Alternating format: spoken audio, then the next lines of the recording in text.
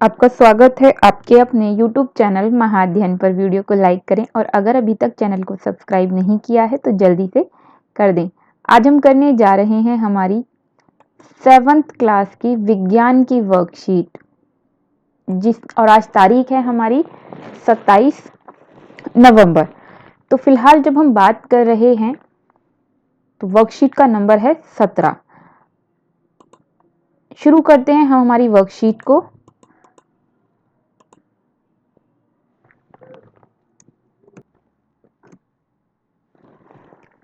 दैनिक जीवन में उदासीनीकरण। आपको याद है अब तक हम अम्ल के बारे में, क्षार के बारे में बात कर चुके हैं और उदासीनीकरण अभिक्रिया क्या होती है उसके बारे में भी हमने काफी बात की थी।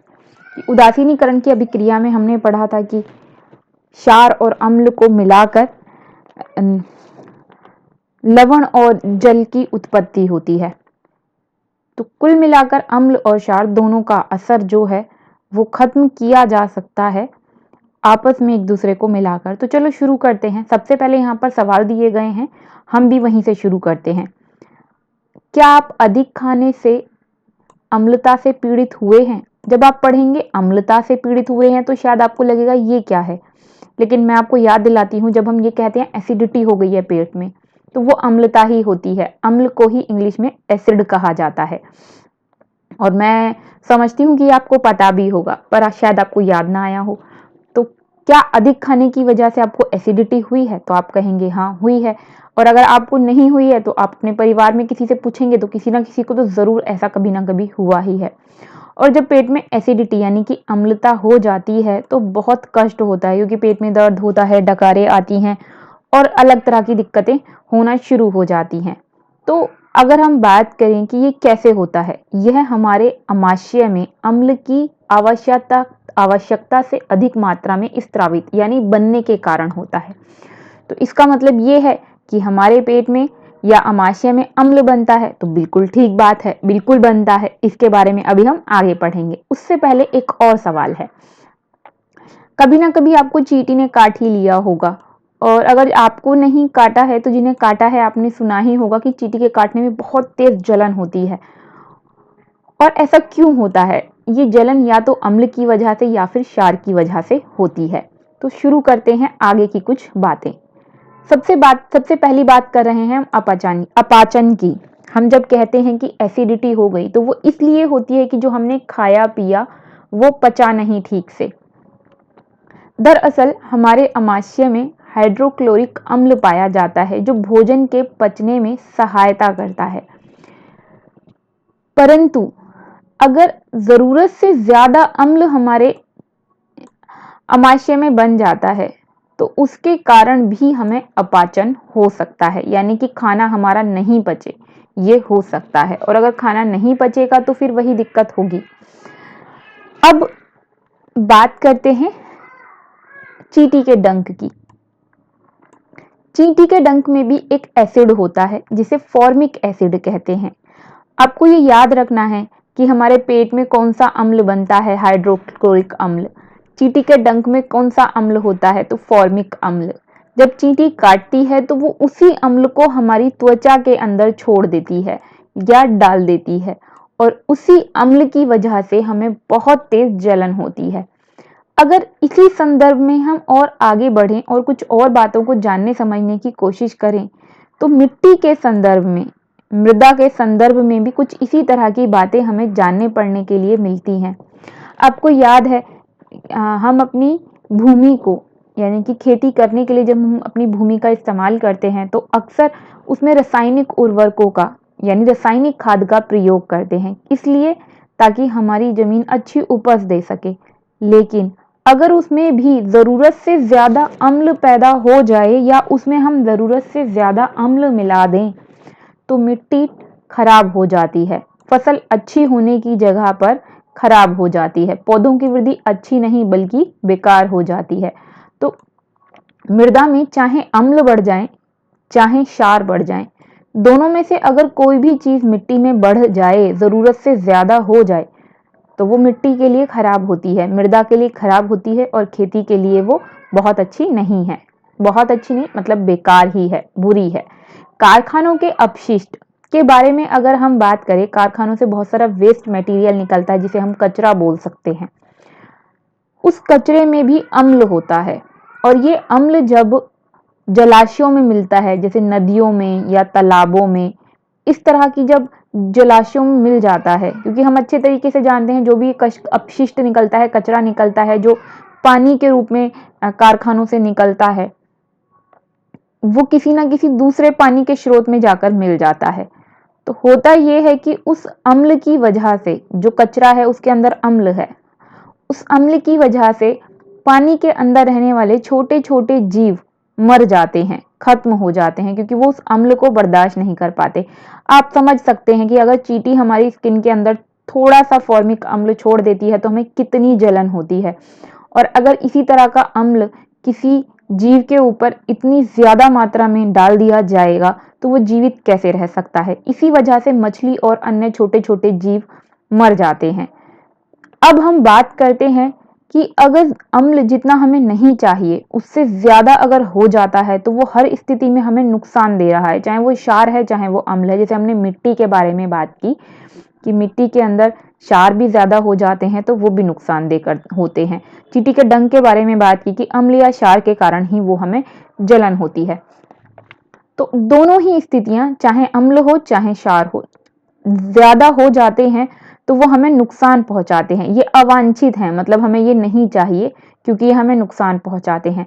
तो हर प्रॉब्लम का एक सॉल्यूशन होता है। तो अगर हम बात कर रहे हैं अम्ल और क्षार की, तो क्या इसका भी कोई सॉल्यूशन या उपचार है? तो बिल्कुल इसका भी उपचार है। बिल्कुल वैसे ही जैसे हमें एसिडिटी हो जाती है तो हम कुछ ना कुछ दूसरी चीजें लेते हैं जिससे वो ठीक हो जाए। जैसे हम यहाँ पर बात करें अपाचन के कारण जो अम्ल की वजह से, अम्ल की वजह से, जो अधिक अम्ल के बनने की वजह से जो अपाचन हमें होता है, हमें खाना नहीं पचता, उसे दूर करने के लिए हम क्या करते हैं? उसके लिए हम एक क्षार ले लेते हैं और वो क्षार दुर्बल क्षार होता है। मतलब जैसे हमने बात की कि अम्ल हमें नुकसान पहुंचाते हैं, क्षार भी हमें नुकसान पहुंचाते हैं, फायदेमंद हैं तो नुकसान भी देते हैं। तो ऐसे क्षार जो दुर्बल होते हैं, मतलब जिनकी प्रतिक्रिया थोड़ी कमजोर होती है और वो हमें फायदा तो दे सकते हैं, हम उन्हें इस्तेमाल कर सकते हैं खाने में।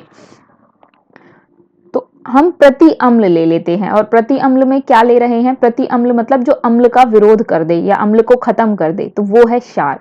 हम क्षार को इस्तेमाल करते हैं। तो कौन से वाले क्षार का इस्तेमाल करते हैं? तो हम कहेंगे हम दूध या मैग्नीशियम का इस्तेमाल करते हैं, जिसमें मैग्नीशियम हाइड्रोक्साइड होता है। आपको याद है ना, एक ब्रेक आता है कि आपको गैस हो गई, एसिडिटी हो गई, तो इनो ले लीजिए, इनो बुलबुले, आपको याद ही होगा, आपने देखी ही होगी।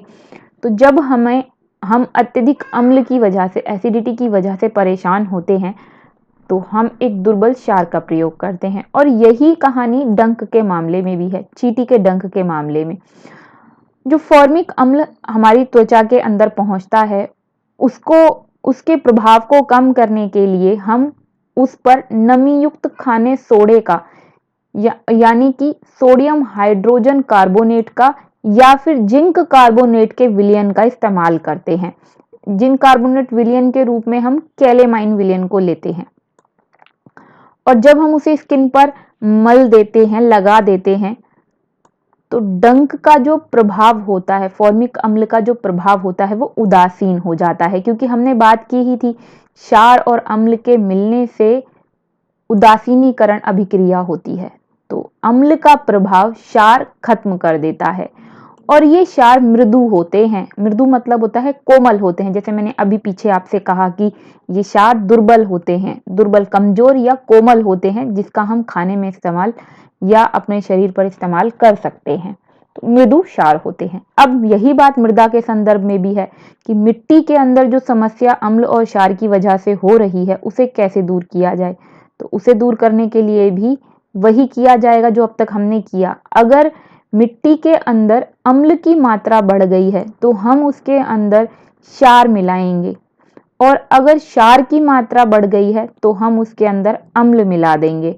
तो यदि मृदा अम्लीय होती है तो उसे बिना भूजा हुआ चूना यानी कि कैल्शियम ऑक्साइड अथवा बुझा हुआ चूना कैल्शियम हाइड्रोक्साइड जैसे क्षारकों से उपचारित किया जाता है। अब देखिए यहाँ पे लिखा है कैल्शियम हाइड्रोक्साइड, और जब हमने क्षार के नाम याद किए थे, क्षारों के नाम पढ़े थे, तो हर बार मैंने आपको बताया भी था जब हमने अम्ल और क्षार दोनों के नाम याद किए थे कि हर बार क्षारक के पीछे हाइड्रोक्साइड लिखा हुआ था। जब मैं आपको ये बता रही थी कि ये भी एक पहचान है जिसे हम पहचान सकते हैं कि ये क्षारक प्रकृति की वस्तु है।